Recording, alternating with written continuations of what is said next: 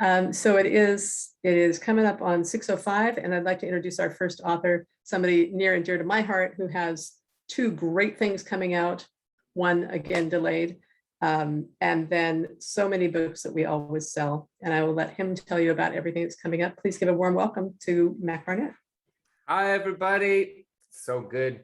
Well, I was going to say to see you, to sort of see you. I'll pretend I'm going to do one of these and pretend I can see you all out there.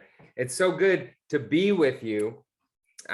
Those of you who've been to a Copperfields Educator night before have probably seen me before, because I love coming to hang out. And I'm glad to be with you here now virtually. I do have, oh boy, since last we talked, what has come? Patty asked me to talk a little bit, or at least show these. Let's see.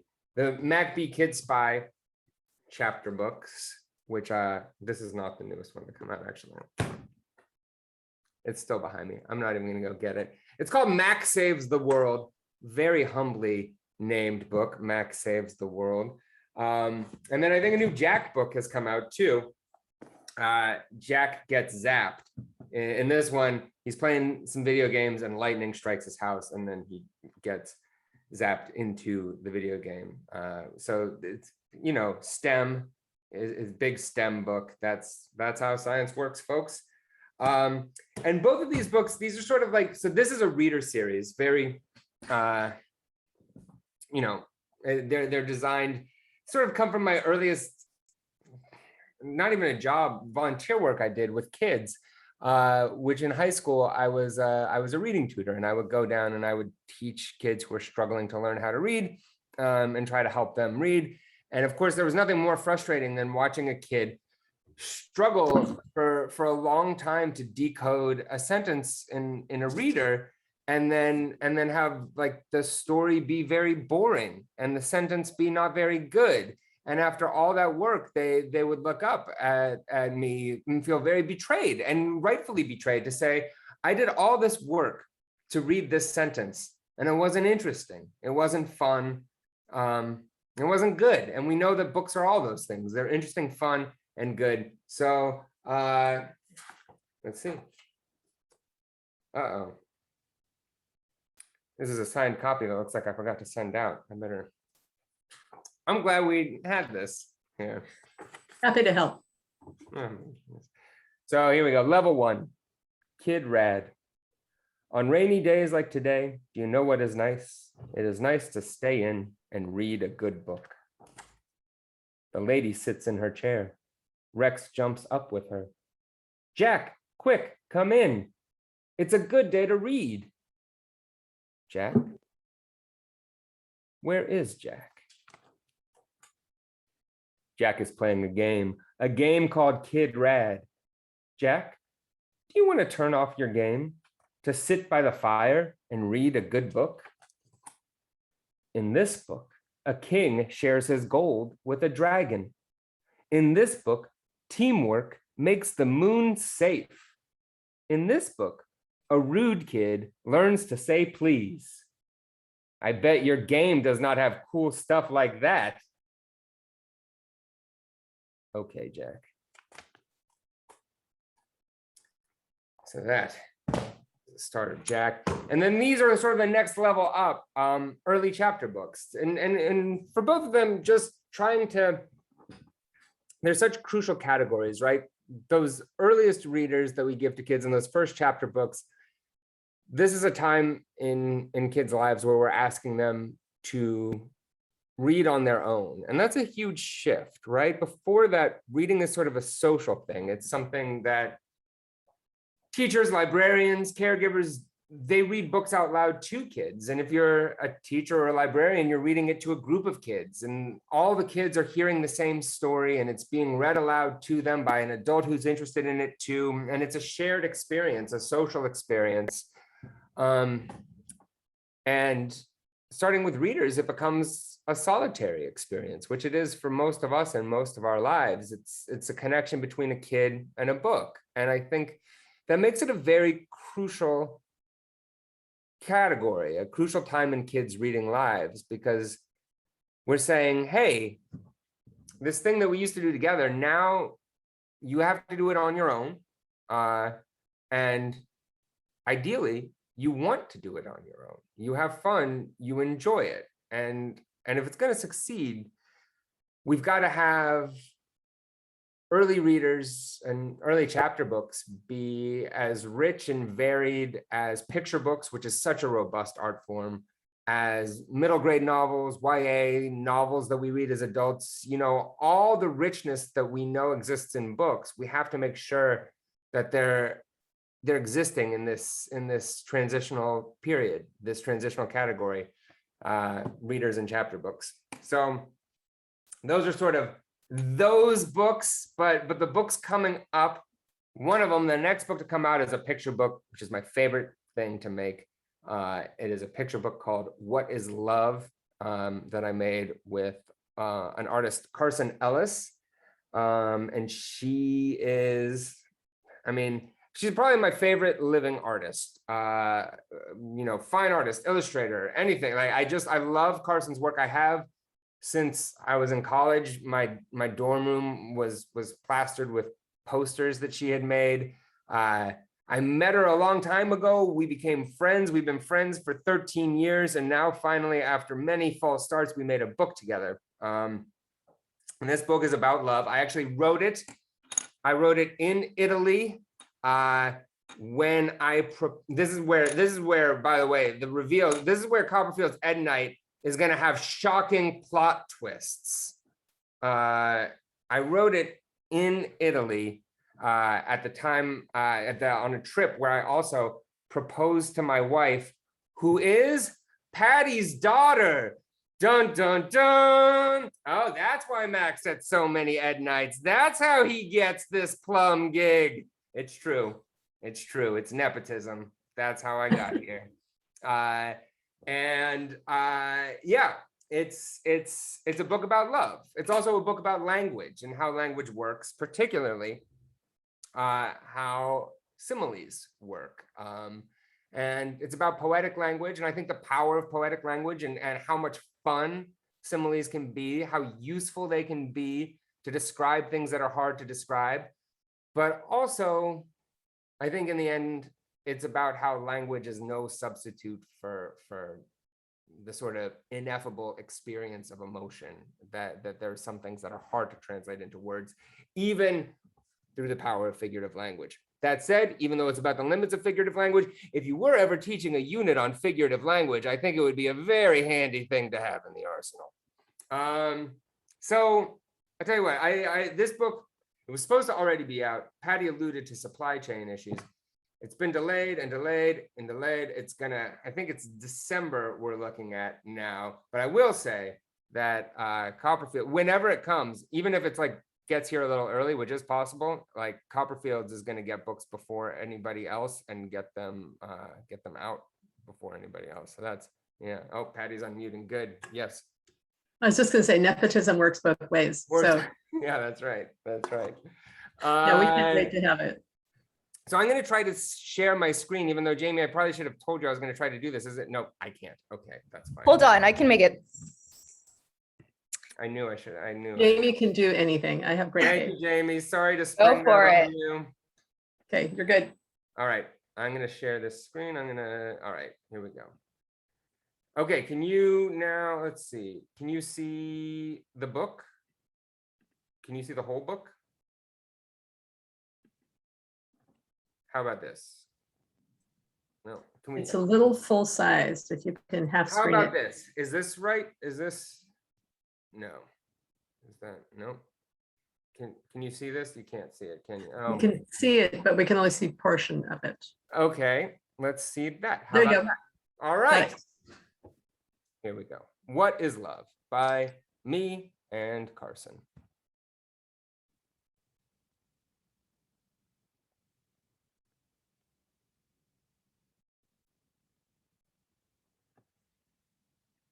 When I was a boy, in the garden out front of the house where we lived, I asked my grandmother, "What is love?" My grandma was old. I thought she would know. She picked me up in her arms and said, I can't answer that. Who can? I asked. If you go out in the world, you might find an answer. So I went. I asked the fisherman, what is love?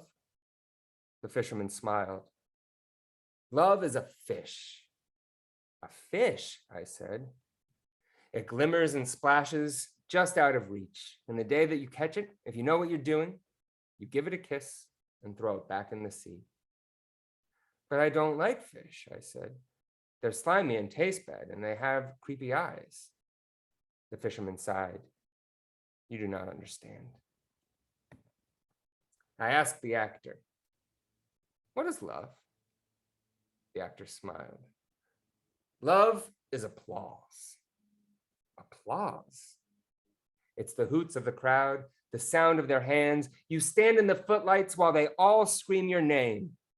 Sometimes they throw flowers. At that moment, you know you exist. You are seen. But the crowd leaves, I said. They go home. The actor sighed. You do not understand. I asked the cat, what is love? The cat smiled. Love is the night. The night, I said. That sounded all right. But before the cat could explain, a dog chased it away. Wait, I said, stop. What is love? The dog looked back and said, this. I asked the carpenter, what is love? The carpenter smiled. Love is a house. A house. You hammer and saw and arrange all the planks. It wobbles and creaks and you alter your plans. But in the end, the thing stands and you live in it. I'm not allowed to use hammers, I said. Once I busted my thumb. I don't mean a real hammer. I'm not talking about thumbs. It got busted real bad. The carpenter sighed. You do not understand. The farmer told me love is a seed. This soldier told me love is a blade. That soldier told me love is a horse. But the cart driver said, no, it's a donkey. A sports car, a donut, a lizard, a ring, the first snow of winter, a maple in summer, a grizzly bear, this pebble right here. These are all things people told me love is. I asked the poet, what is love? The poet smiled. Sit down and I'll tell you, the poet said. The list so long, it goes on for pages. I didn't have time to listen to that. Wait, said the poet. I've not answered your question. You sure haven't, I said. The poet shouted at me, you do not understand. And so one day I returned to the house where we lived. The lights were all on. I smelled dinner cooking. My dog barked gladly at me from a window upstairs. I took off my shoes and I stood in the garden. I curled my toes so they dug in the dirt. I sighed. I didn't hear my grandmother come up behind me. Finally, she said, you have come back. She was older. I was taller. She asked me, did you answer your question? I picked her up in my arms. I smiled. I said, yes. And that's the end of that story. And of course, I realized, like midway through, I said that these were all similes. They're just metaphors. And I can't believe I embarrassed myself in front of a bunch of educators. There were no likes or asses. Unbelievable. Please don't light up your educator chat forms with this embarrassing moment. Let's just keep this at Copperfields. Okay. We won't tell anyone. Thank you. Your secret is safe. You know, I would take any single one of those spreads and frame it. This book is so beautiful. Yeah, Unbelievable. Tarzan, she is just incredible. Yeah. Yeah, it's really something. Yeah. real quickly, I know you have one more coming out in the spring and you don't have to read it, but if you can just tell people briefly about it and then we'll let you go on to your evening. Sure, yeah, there's one coming out in the spring that I'm very excited about. It's called John's Turn, and it's set in an elementary school. I spend so much time in non-COVID times in elementary schools, talking to kids, reading to kids. I love it. There's no place like an elementary school. It is a world of its own, and this is set very much in the world. It's narrated by a sort of a universal we that is all the students. And it's about a performance that a kid named John gives on a Friday at a Friday assembly in the cafeteria, which is also, it's a cafetorium. It's a cafeteria and auditorium, which is a word I only learned in elementary schools. They only exist in elementary schools. And it still smells like breakfast in there. And yet still, this kid John puts on a performance, a dance performance that is just like a beautiful piece of art. And it's about sort of what it takes to put together a piece of art and what it takes to be an audience and the way you're changed when you're an audience member and you see something really beautiful in front of you. And I think that, elementary schools are, even in elementary school, is a place where beautiful moments of art and humanity can happen. And I think probably actually, especially elementary schools are places where beautiful moments of art and humanity happen. And so it's about that. It's very cool. Well, I know that you have places to go, people to see in the next room. Thanks for having me, and good to see everybody, and have fun with Carter. And if you're listening, hi, Carter. Bye. See if she unmutes. Bye, Mac. Thank you. So that's fun. And those books, I mean, those of you who don't, or if you're not familiar with the Macbee Kid Spy or the Hijack series, they're so fun to talk to kids about because they're clever and they're funny, and kids love being in on the joke, and they know that they are. Like they are probably pretty sure that Mac wasn't a spy when he was an 8-year-old, but they love thinking that they know he wasn't. And they're the best two books. I mean, I have them side by side in the store because you can go from one series to the next as you become a more efficient or competent reader, and they're just great. So it's always fun. I will say our end of the table at the holidays when we can get together does devolve into book talks, because I love what he does, and I also appreciate that he and our daughter have a brand new baby. So it's good all the way around. Moving on, there are two books that have come out this fall, among others that have come out previously, that I really love by this next author. I think they're brilliant, and one is a new chapter book series launching, and the other is just the coolest, hard to describe book, so I will let her describe it. Please welcome Carter Higgins, who I've always wanted to meet. Hi, Carter. Hello. It is so nice to meet you. It feels fun to see you and see you in our shared friend. I'm so happy to be here. It is so fun to have two very different books come out around the same time. And the thing with publishing is that they've been sort of in the works for so long that you have to take a minute and think like, what were these about? So I got to gather my thoughts a little bit listening to Mac. And one thing I'm curious about, if Mac dressed in that sweater to perfectly match Carson's illustrations or not, because that was amazing. But hello, I am Carter, and I am one of you. Our friend John Shoemaker, I'm sure many of you know him, he always calls librarians who are no longer librarians, librarians without a library. I was a school librarian for 10 years, and much like Mac, I think that schools are so ripe for interesting stories. In addition to that, I was a motion graphics artist for a number of years, and those two things seem very dissimilar. But to me, everything is connected. If I add in writing and illustrating now, making books, all of these sort of threads to my world are connected through visual storytelling.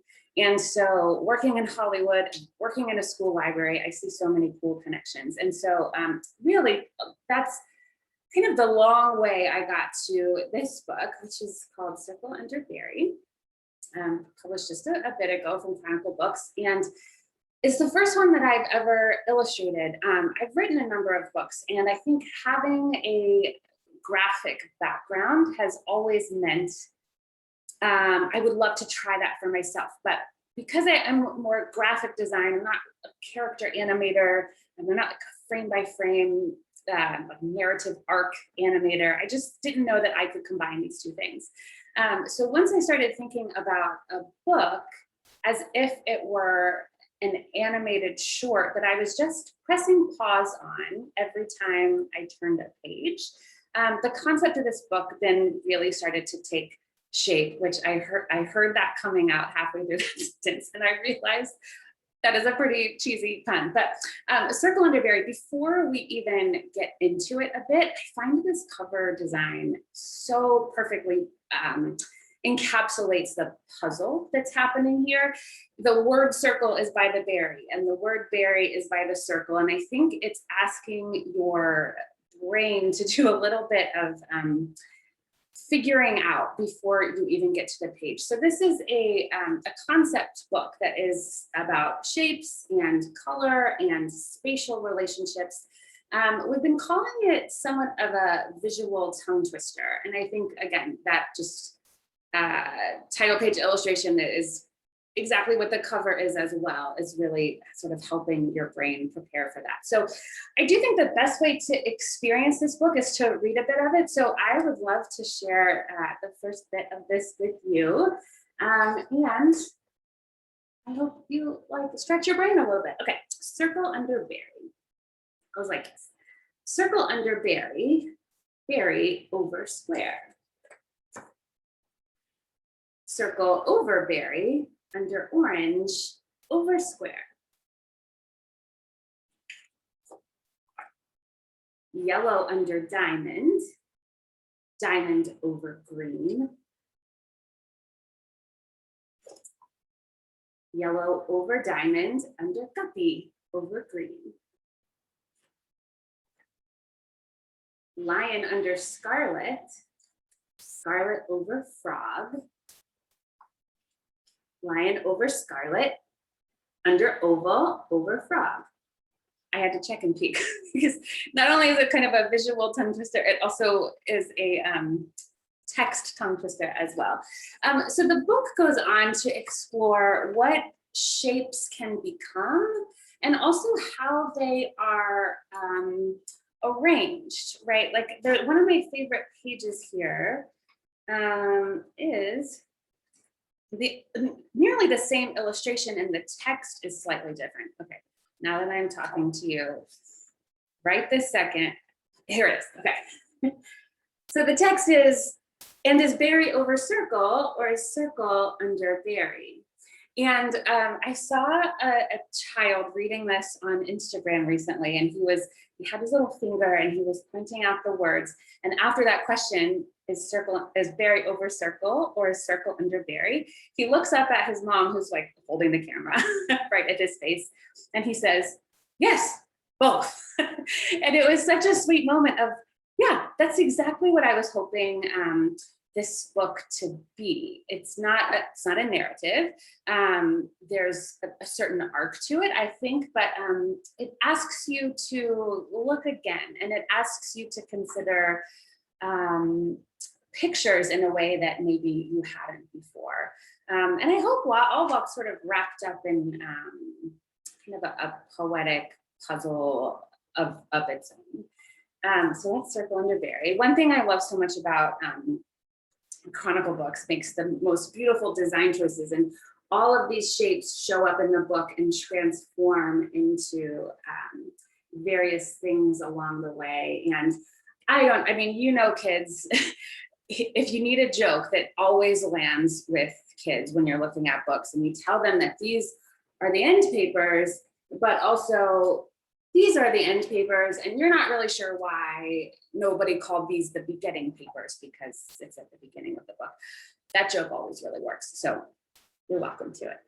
And then another book I have out this fall is the first of a chapter book series. This is Audrey L. and Audrey W., best friends-ish. And hearing Mac talk about the life that happens in a cafetorium is exactly the same place this came from. I was not ever a classroom teacher, but as a librarian, I sort of got the real benefit of seeing everybody all the time from year to year. And, you know, stories that happen in a school are not always that big or high stakes or epic action, but they are incredibly rich, real, dramatic sometimes, right? Like second grade was just pretty terrible today is really rich for story opportunity in a very different way than like a blockbuster film sort of carries a story.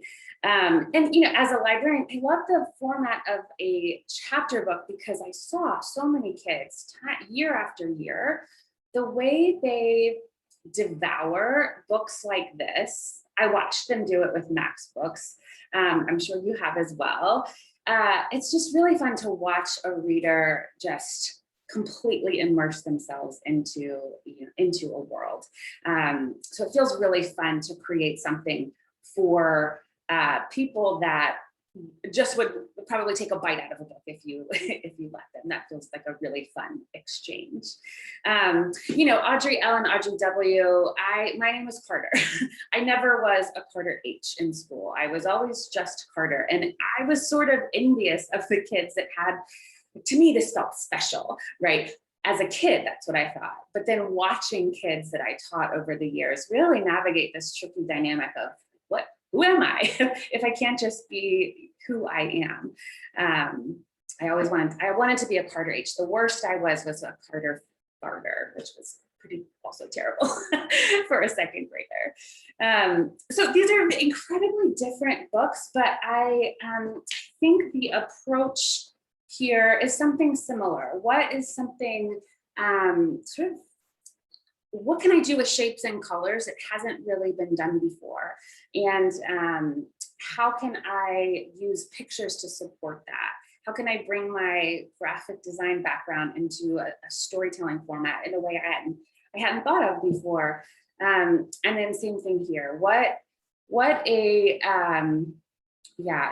rich setting a school is for story. And I hope what happens is that this is a story that kids feel like is authentic, that their classroom functions this way. Actually, when COVID happened, I was a little bummed. That's sort of the understatement of the season. Because the classroom in this book functions almost as a character, and realizing that so many kids haven't had that experience of a classroom, I just, that's a sad thing to sort of think about on their behalf, but I don't know, also, I just hope it still feels like a really authentic experience for kids, and that's it, those are these sweet books.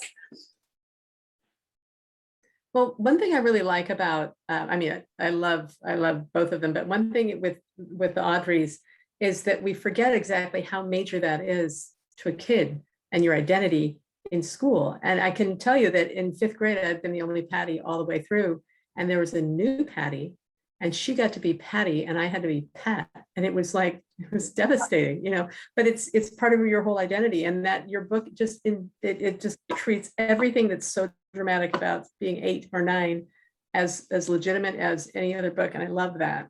I think kids like being seen that way.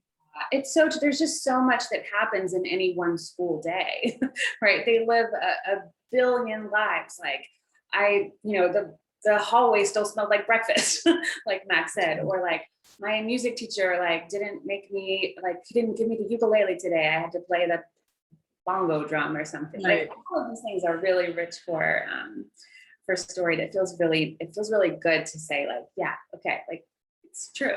The second grade is tough. Yeah, we see you. That's great. Yeah. Well, I really appreciate you joining us tonight, and I've been having so much fun selling both of those books. And I think I sent you a video of that first kid who was like, he looked at Circle Over.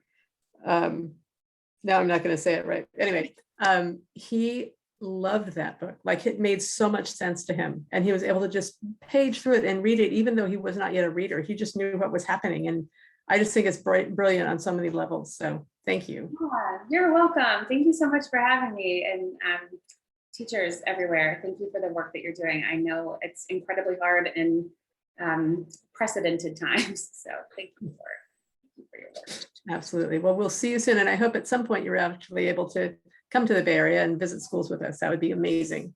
Can't wait. Okay. Thank you so much. Thank you, Carter. Take care.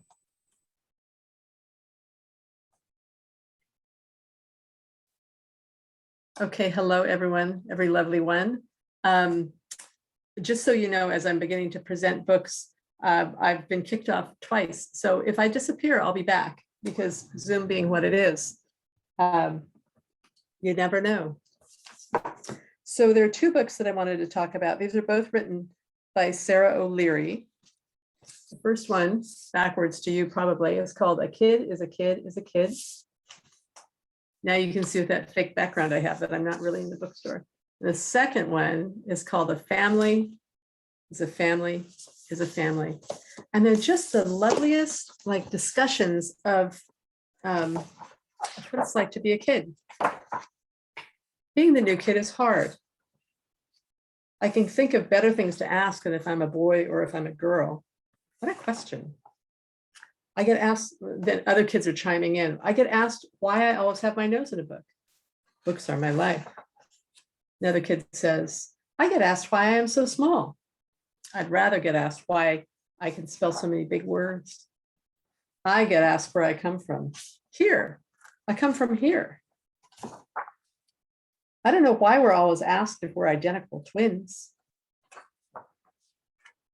I was asked why I didn't have any friends. And then this boy said, I'm their friend. And now he is. And all these kids are identifying.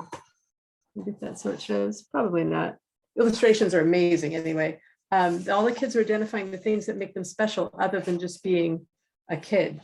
And they're just such honest, cool acknowledgements of self in the best possible way. And it made me really happy to read this book. I thought it was honest. It was the sort of thing that kids would say. And then the family is a family is a family takes it to the family level. But some of the comments were just, I mean, I kind of had a lump in my throat reading it because you want kids to feel this way about their families. We were talking about families at school. The teacher asked us what we thought made a family special. Or our family special. I went last because I wasn't sure what to say. My family is not like everyone else's. My mom and dad have been best friends since first grade. They really like each other. It's kind of gross. There are lots of kids in our family. Mom and dad just keep coming home with more. Both my moms are terrible singers and they both like to sing really loud. I have more grandparents than anyone else I know. We have a new baby in our house. I think my mom ordered him online. We all look alike in my family. We just kind of go together. And again, they go through identifying what makes their family to them. And it's just, man, it's a lovely book and helps kids recognize, I think, that everyone's family is unique and everyone's family is cool. One girl says, I listened to everybody else, and then I remember the time someone we saw us all at the park together. She asked my foster mother to point out her real children. Oh, I don't have any imaginary children, Mom said. All of my children are real. A family is a family is a family. So again, I love helping kids see that without lecturing them, but just letting them see that everything is normal. All the different ways that kids are kids. And families are really important. The next book on my list is called The Bug Club. And this is by Elise Gravel. And I love her books. Like she does the ones about disgusting creatures like slugs and snails and spiders. And in this case, she's going through and talking about, I think if I hold it on an angle, you can see a little bit, but she's talking about bugs and bugs in the best cool way. And saying on top of being cute and fascinating, bugs are extremely important for the health of our planet. And the bugs say, we protect your environment. Please be nice to us. And it talks about invertebrates and how people love bugs and why bugs are weird. The illustrations are all really, really fun and engaging. It's not too text heavy, but there's a lot of information presented in a very fun way. There are millions of bug species, and scientists think that there are around 10 quintillion total bugs on Earth. And then she writes up the number for you. It's just great. So again, The Bug Club by Elise Gravel. Very quality book, really a lot of fun. I am trying to go in alphabetical order. We'll see if I manage to do that. I have them all laid out here. This is called Change Sings. It's by Amanda Gorman, poet laureate, the young woman who spoke so eloquently at Joe Biden's inauguration. And it's just a beautiful book of poetry. The illustrations are by Lauren Long, and it's called A Children's Anthem, Change Sings. And if you have to add a poetry book to your collection this year, I would say this is a great one to do, because it's just a great example of how simple words can tell something really important. Don't you like the way it disappears when I hold it up? It's Change Sings by Amanda Gorman. The next, I have we have a lot of emergent readers. You guys, they've introduced graphic novels for the early reader set, and there are so many. Like, I grabbed some and then I felt like I was overdoing it. So it's gonna be a little bit hit and miss. I want to remind everybody that this Dragon series by Dave Pilkey is so great for emergent readers, and it's so cute. There are 4 or 5 in the series, 4, I think, and then 2 sort of holiday ones, Dragon's Halloween and Dragon's Christmas. Very simple, but also not only is it by Dave Pilkey, so it has his touch, but I think kids that want to be part of that Dave Pilkey reading crowd are going to be able to be reading this and feel like they're equally as cool as kids who are reading Dogman and Captain Underpants. So that, like I said, there are 4 in the series, all about Dragon, and they're super cute. They're in paperback. I suppose if you needed them for library, I don't know if they're library copies or not. And also at the back, as all cool books do, they show you how to draw his characters, because Dave Pilkey's the best. This is a new series by Catherine Applegate, who writes everything from One and Only Ivan to, oh gosh, The Endling and Sweet Valley Twins, and you name it, she's written it. This is one of her new books, Emergent Reader, about 2 dogs, Doggo and Pupper. And it's a very cute, sweet friendship story with the sort of humor and storytelling that only Catherine Applegate can manage. There are 2 so far in the series. I'm sure there will be more. And this is the first one. So we'll have them all in for you to look at, which to look. I liked this book a lot. I'm probably already out of order now. This is called Harry versus the First 100 Days of School. It's written by Emily Jenkins, who's also known as E. Lockhart. And it's really, it's a chapter book. Let's see, illustrated. A lot of great illustrations, and it's about this boy Harry, who is really not very excited about going to school. Like, this is not his idea of fun. He has all the stuff he needs for first grade, and he is not convinced it's going to be fun. And it's kind of a journal of his days in school. It takes him a long time to actually finally decide that maybe school is cool. And it definitely lists the various things that just go on. I mean, Harry, you were a super listener yesterday, says Mrs. Peak Schnitzel right after the morning meeting. We didn't have any problems, did we? What Harry wants to say is, I had a problem. I missed goat table. I don't even have any friends at rabbit table. But instead he just shakes his head no. I'm putting you back at goat table, says the teacher. I expect great behavior from you. Are you ready? I'm ready, says Harry. He is worried though.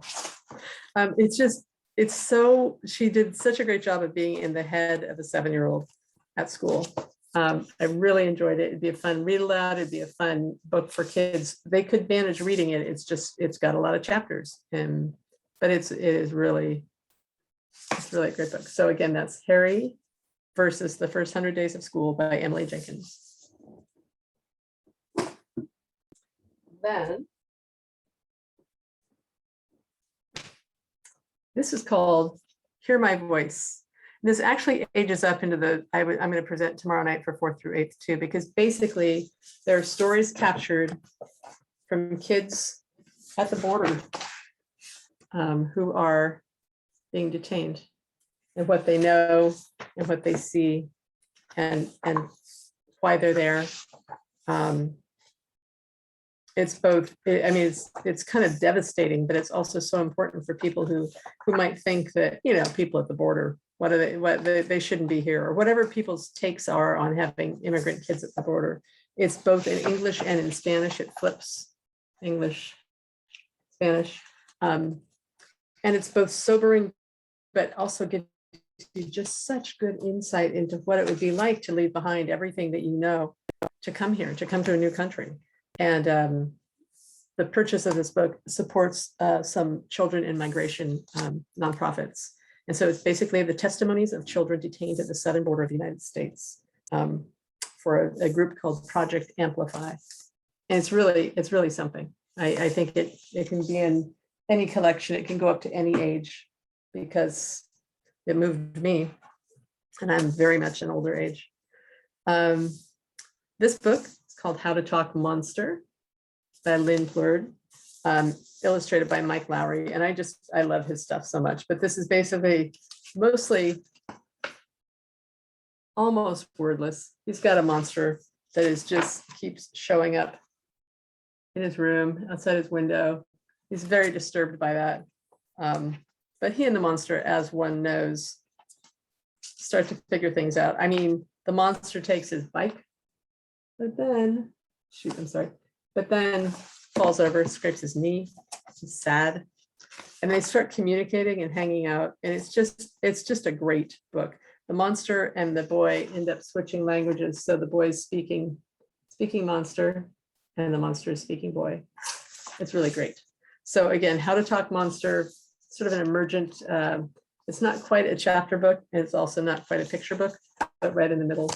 And yeah, I liked it a lot. This is so strange because we're not sitting in the store. You guys, are you hearing this? Is this okay? Is everybody here? There's still attendees. Yay, you didn't leave. Okay, this book, there's actually two, only one's on your list, but called If Bees Disappeared. And it's really a great explanation, both what bees do and what would happen if we didn't have them, like why it's worrisome that there aren't enough bees. But it's done at such a great young level, you know, great, the illustrations and also the discussion of, well, we wouldn't have these fruits if bees disappeared. Our own backyards would be different, and why it's important to help keep bees and how you can help save bees. There's even a list in the back. I thought they did a really great job of keeping it young and not too threatening, and yet discussing something really important that kids need to know about. The sequel to that, or the companion book to that, called If Polar Bears Disappeared, and deals with the melting polar ice caps. And same presentation, same discussion, presenting what could happen and also letting kids know how they could help prevent it. I mean, let's face it, kids are the ones that are going to change the world. And by giving them some of this information, they'll be just that much more on their way to be successful in fixing all the things that perhaps we've messed up. For some older, slightly older, particularly boy readers, I mean, boys and girls, but I always like to have a story that boys can read and see themselves. And this is Iggy. It's written by Annie Barrows, who does the Ivy and Bean books. And he's like the best boy. He has a desk that rolls. He rolls as fast as he can and takes out his teacher by mistake. I mean, he totally didn't mean it. He just didn't think about it. And I mean, he feels bad. That's the first book. There are now 3. And he just has all these great, ridiculous, dumb, not quite thinking it through boy adventures. And Annie I just think she's such a funny writer. Like her teen books, her adult books, her Ivy and Bean books, there's just such humor to me in her language. And I think I asked her once, she has a teen book about 2 girls who decided to write a book about nothing because nothing ever happens to them. And I asked her, I'm like, how do you write such great dialogue? How do you represent so well? And she says, oh, I just stand around kids with a notebook and listen to them. And it really resonates with me. And she always makes me laugh. So I think boys would enjoy this because it's not talking down to them and it's not trying to make them anything other than who they are at, 8 years old. And sometimes you just want to read about yourself. So that's the Iggy series. There are 3 so far. And I think they'll have fun with it. Okay. Moving on to a graphic novel series. Everybody loves Dogman, and they love, to a lesser but strong degree, they love Hilo. This is the Investigators. It's Gators Invests. Pretty clever. And they investigate things. A lot of humor like Dogman, but it's not a knockoff. It's actually done really well with kids. This is the 4th one called Ants in Our Pants. But they're smart and funny. And John Patrick Green, the author who wrote them, sometimes you're like, oh, this guy just started out. He's been around for years doing all kinds of great graphic things. And so there'll be a 5th one coming out in December. The kids have been really responsive to it. And it's nice to have something to hand off to kids that either they've read all the Dogman, or they maybe want something different than their sibling who has Dogman. And Investigators has been spot on, very fun. So yeah, I recommend that. So time 6:51, perfect.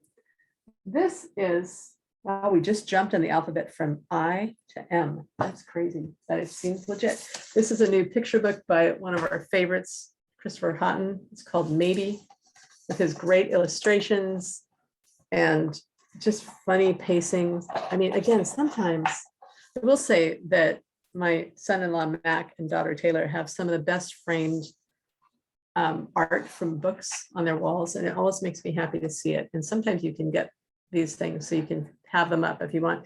Anyway, this is about, you can see that image. This is about 3 critters who are in the tree, and their mother one day says, all right, you monkeys, I'm off. Now remember, whatever you do not go down to the mango tree. There are tigers down there. It's a pity, one says. It's a pity we can't go down to the mango tree. The other one says, yeah, I love mangoes. The other one said, that is a pity. They say, maybe you could just look at the mangoes. That'd be okay, right? So they agree that they'll take a look. They look for tigers. They're like, any tigers? I don't see any. No tigers, it's safe. Down they go, down to the trees below, and look, so many mangoes. Oh, there's one just within reach, right over there, stretching out to reach their mangoes. Maybe we could just get that little one. We keep a close lookout. That'd be okay, right? So quick as a flash, they go down to get the mango. They have one, so good. Thinking maybe they can get another one. I'll leave you with this cliffhanger. But at one point, there are some tigers. It's fun. Chris zoomed in and did a couple of school visits for me from London, which in itself was really fun because he was telling kids how it's nighttime there, and they couldn't quite get that, but it was a great way. But anyway, they really liked this book. He actually introduced it last spring. He was doing a different author event for me, and he gave the kids a preview of this, and their responses were so great. And these characters are so good. And like every kid everywhere, these monkeys are like, I might be able to get away with this. So it's very, very fun. All right. This is just a cute little series called Monster and Boy. There are 2 in the series so far, and it's really told from the monster's point of view. Monster's pretty worried about things. The boy, not so much. But it's cute because it's a chapter book, and it's a pretty easy chapter book, a lot of illustrations. But again, kids really like that ability to know that they've read a chapter book, say they've read several chapters. And so I thought it was very fun, and I love the art from it. And I love the 2 characters because they're pretty good. That's another, yeah, we've got a few monster books tonight. This is another. Okay, this one is great.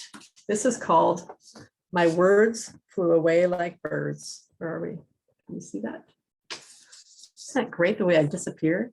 Oh, well, anyway, My Words Flew Away Like Birds is the story of a girl who's getting ready to move to a new country, and she studies the new language. Hello, how are you? I am very well, thank you. Goodbye. But in a new place, everyone speaks so fast. Their words tumble and swirl all around her. Their words don't sound like the ones the girl learned. She doesn't say anything. she waits and watches and listens, because everything she thought she knew, she can't get to, and because kids talk so fast and there's so much slang, and it's really a lovely empathetic read, in that you realize how hard it would be. I mean, we know, but how hard it would be to be a new speaker of English in this country. And she's waiting to say hello, and the kids are saying, hey, what's up? Not much. What you doing? Come on, let's go. Sheesh, wait up. Nah, okay. Oops, my bad. Gotta go. Whatever. See you later. Yeah, sure. Maybe later. And she says, the words did not sound like the ones I had learned, so I did not say anything. I was like a tiny bug on a little leaf, waiting and watching and listening and trying to figure out where I had landed and trying to fit in. So I think books that remind kids of how hard it would be to be new here. When my son was in 4th grade, a girl joined the school, and she had moved here from Turkey, and she did not speak any English.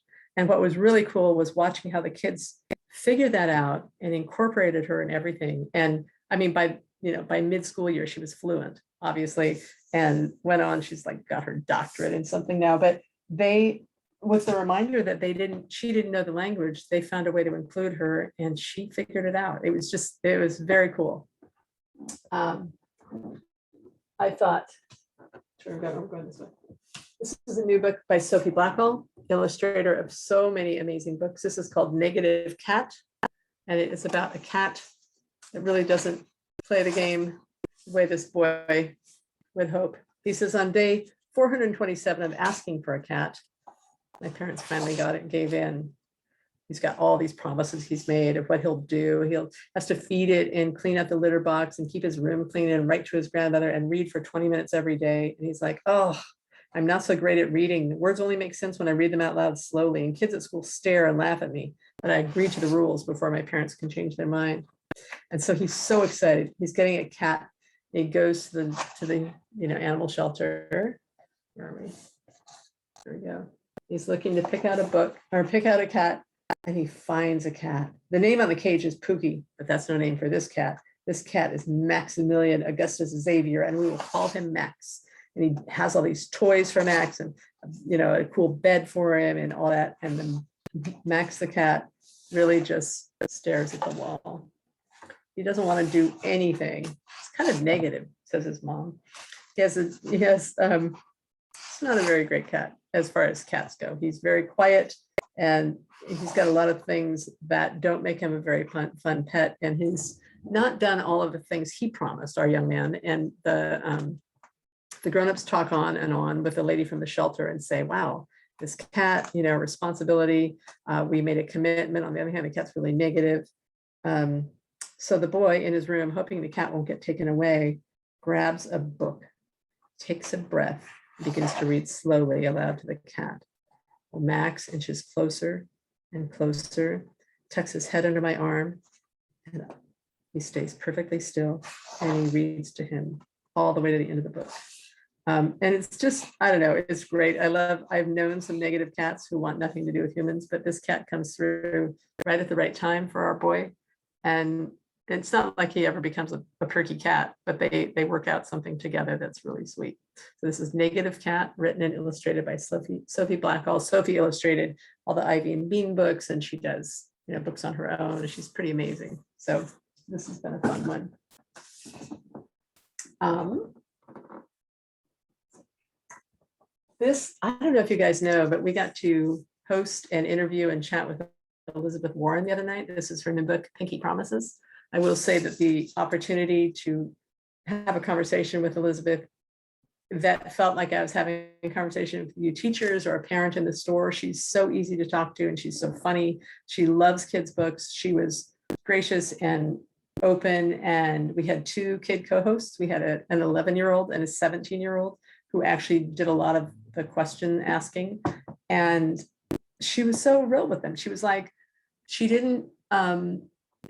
nothing felt like a stump speech or like a canned answer. She listened to the questions that they posed, which had been submitted, and she answered them, honestly and with humor. And there was some politics, but not, it just felt like such a real person. So this book, Pinky Promises, is about a girl who tries to help out, tries to help her family and her brother and her dad and the neighbors. And they all keep telling her that, girls just don't do that. She's pretty discouraged. And then her mom takes her to a political rally where she meets Elizabeth Warren. And she's so amazed that a woman could run for president. So they make a pinky promise that they'll keep trying new things and keep trying to accomplish things. And so our girl then, of course, does, whether it's on the soccer field or in school or running for student council. She keeps remembering her pinky promise to Elizabeth Warren and steps up every time. And it's pretty great. So very sweet, but very motivating. And we shared the link of our talk with Elizabeth Warren. And if you're interested in it, email me. Oh, there we go. Jamie shared it. It's there in the chat. And it was just, man, what a privilege. We've gotten to do some fun things. And I always say the perks of being a bookseller, but seriously, getting to interview a hero is pretty cool. Jamie, you're so on it. That's amazing. The next series, there are two in this series. This is called See the Cat. You may notice there's a dog on the cover, and this is called See the Dog. The dog finally gets his due time, and there's a cat on the cover. So basically, this is a book about a dog called See the Cat. 3 stories about a dog, and he's so offended because they keep saying see the cat, and he's like, dude, I am not a cat, I am a dog. And it says see the blue cat. He's like, I'm not blue, still not a cat.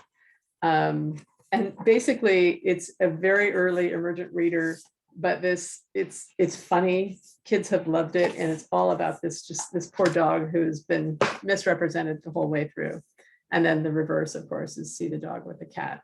And the cat is equally irritated. But for the kids that I've seen reading it in the store, they get the joke, and they also their reading is just, they can't wait to see what's going to happen next, so they keep going. It's been very fun. So both of these are by David La Rochelle, and I'm hoping to have him around sometime this fall or early spring to at least it'd be great if he'd do some in-person visits, but if not, then some school Zoom visits, because they're fun and funny. So that's See the Dog and See the Cat by David La Rochelle. We have so many more. I hope you weren't planning dinner anytime soon. Just kidding. I liked this a lot. This is by Elena K. Arnold. She wrote the A Boy Called Bat books. This is called Starla Jean, and it's a early chapter book, and the subtitle is Which Came First, the Chicken or the Friendship? Starla is in the park one day with her dad and mom. She says, there's certain things you have to do if you're going to catch a chicken. Trust me, I'm an expert. I wasn't always a chicken catching expert until last Thursday. I didn't know much about chickens at all. So she talks about things that she does know. And then she's at the park with her dad and mom, and she sees a chicken trotting around the park. And she's like, Dad, look. And they look at the chicken, and she says, I think it's lost. Chickens don't belong in the park. Can we take it home with us? Ha, says Dad. You can catch it, you can keep it. He was laughing, like he didn't really think I could do it. I'll tell you right now, spoiler, she does it. And then they have to work out exactly what it's like to have a pet chicken. And also maybe somebody else is missing this chicken.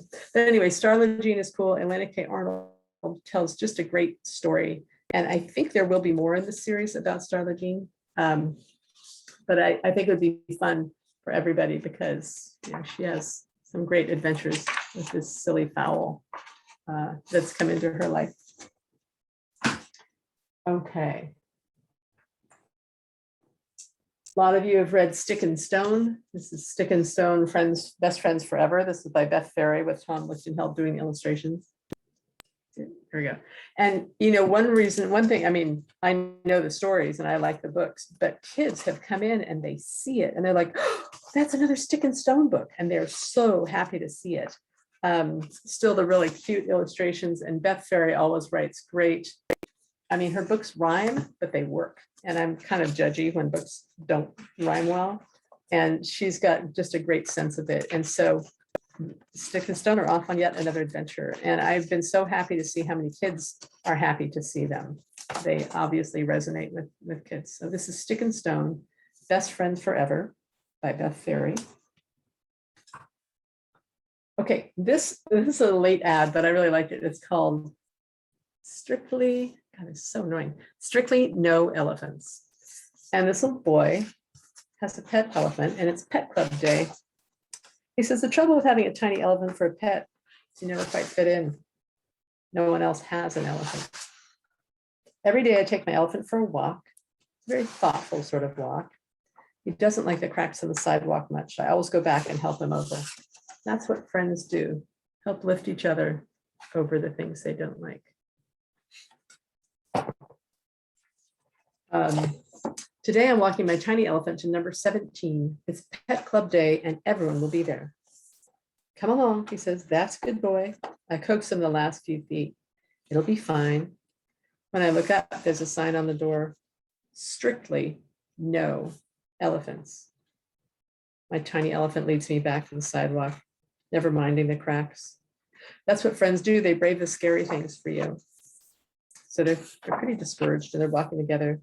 And they pass a little girl sitting on a bench holding a pet skunk. Did you try to go to the pet club meeting too? She asks. Yes, I say, but they don't allow elephants. The sign didn't mention skunks, the girl said, but they don't want us to play with them either. They don't know any better, I tell her. He doesn't stink, the girl asks or adds. No, he doesn't, I agree. What if we start our own club? So they come along and he brings his tiny elephant, making sure they come along because that's what friends do. They never leave anyone behind. And they find other people with unusual pets and they find a fun place to play. And they make a sign that says, all are welcome. And his tiny elephant gives directions to people to find the clubhouse. And that's what friends do. They play together.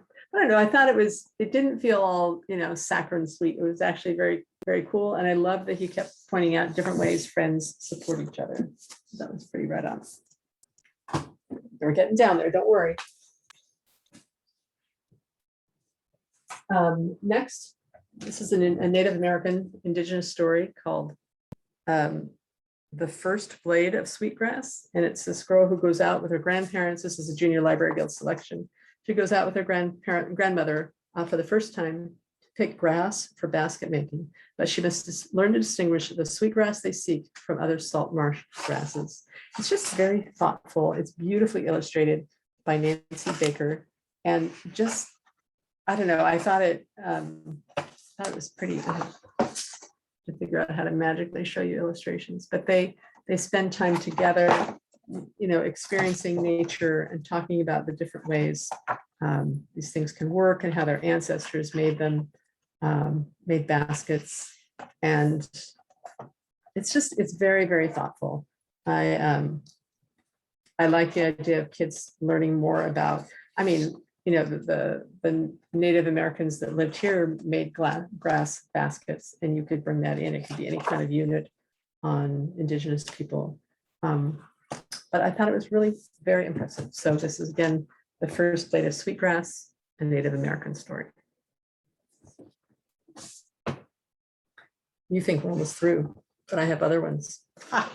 So this is, last year, the first one came out called Escape at 10,000 Feet.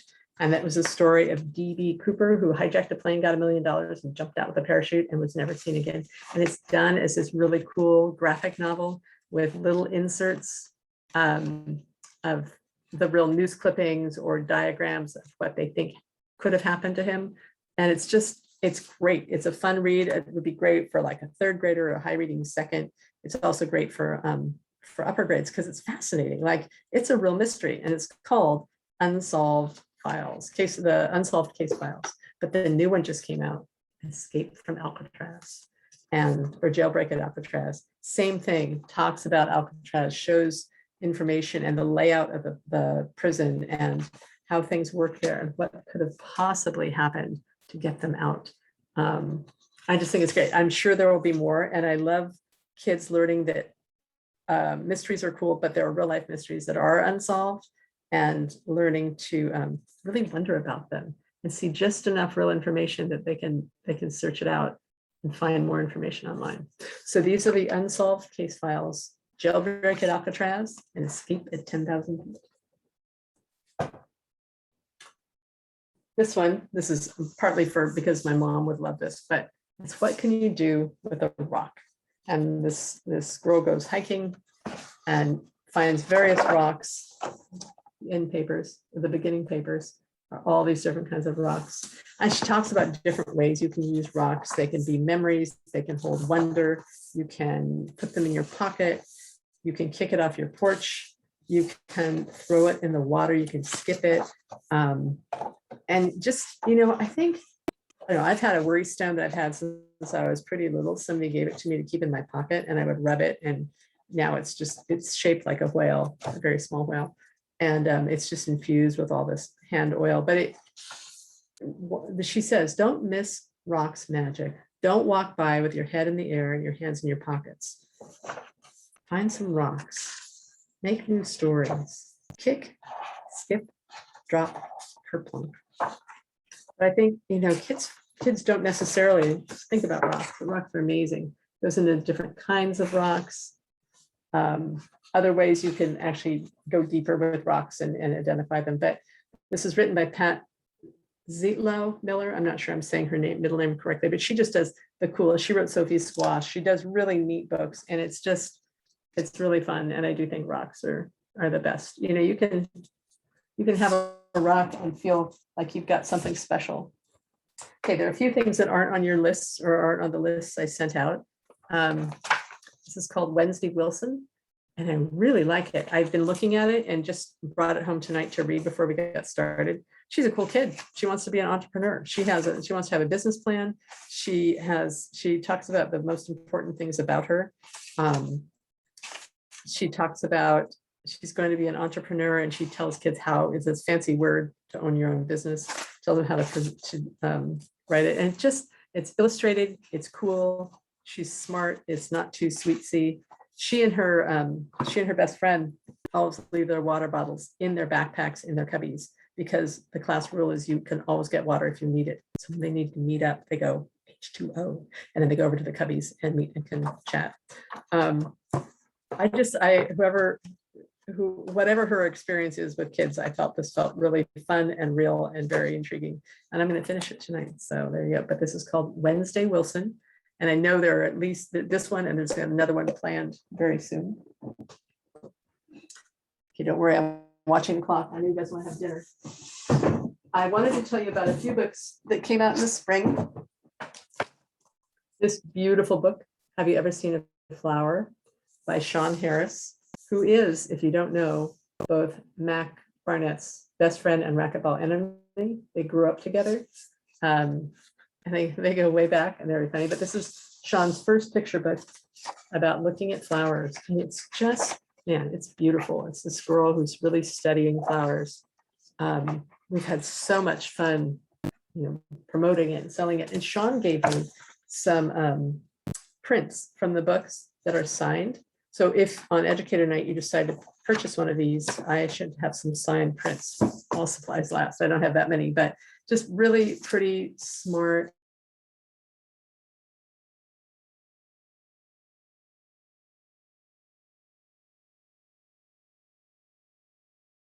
Amazing how quickly that worked.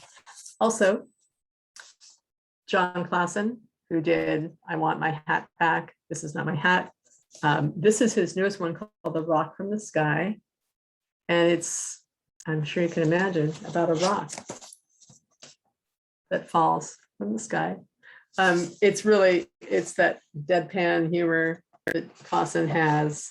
And he too gave me some signed prints. So I have a few of those left over. If somebody wants to buy these on Educator Night, you will be able to get a nice little signed John Klassen print, which is always cool. Then, so Mike Lowry is an illustrator and bookmaker, and he has this one. This is called, can't read it backwards, Everything Awesome About Space, Everything Awesome About Sharks, and there's Everything Awesome About Dinosaurs, which is coming back in.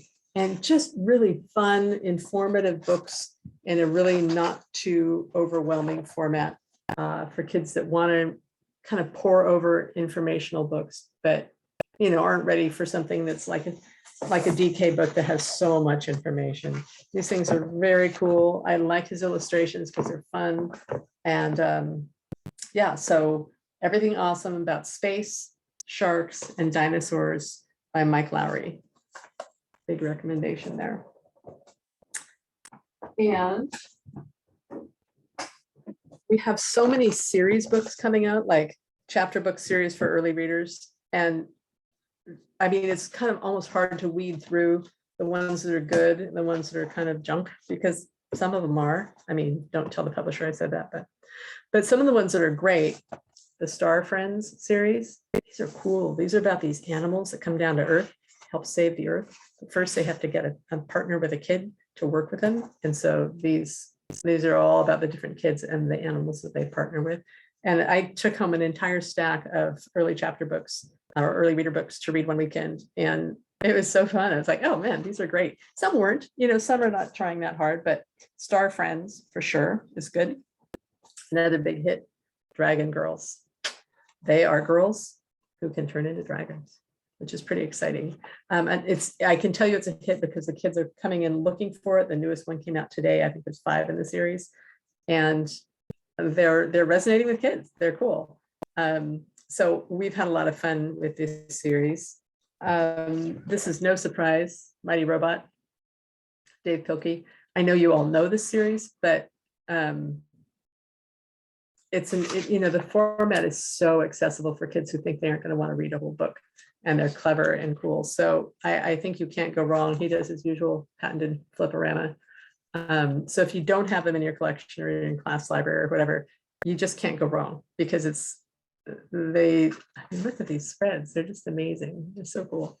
So there are 9 in the series, The Mighty Robot, and they're written by Dave Pilkey and illustrated by Dan Santat, which is kind of cool because it's a different flavor of illustration than you would get with Captain Underpants. But they're really neat. I think the full title actually is Ricky Ricotta's Wild Robot or Mighty Robot.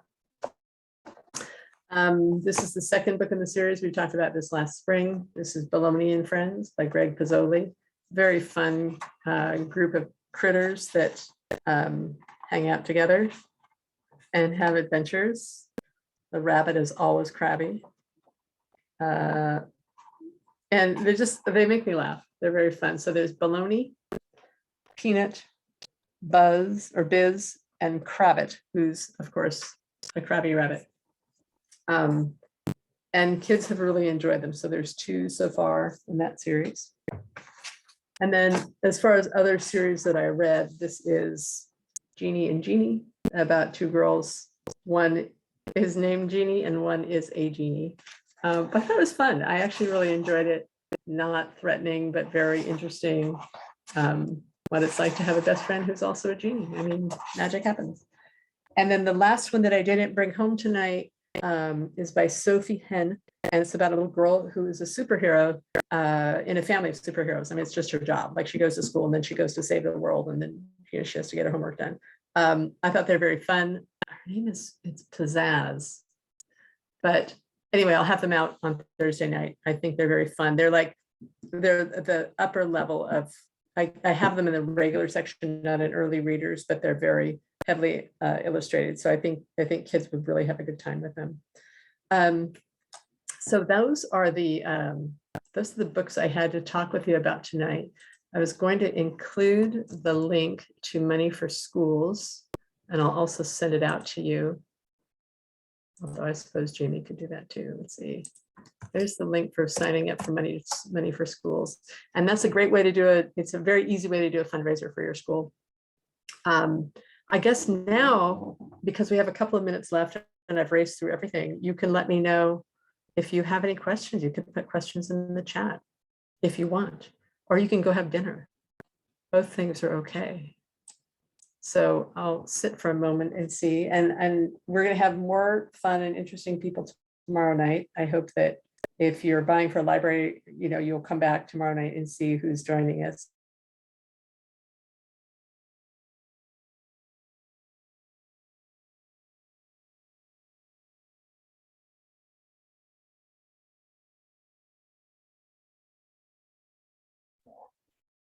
it looks like Patty got disconnected.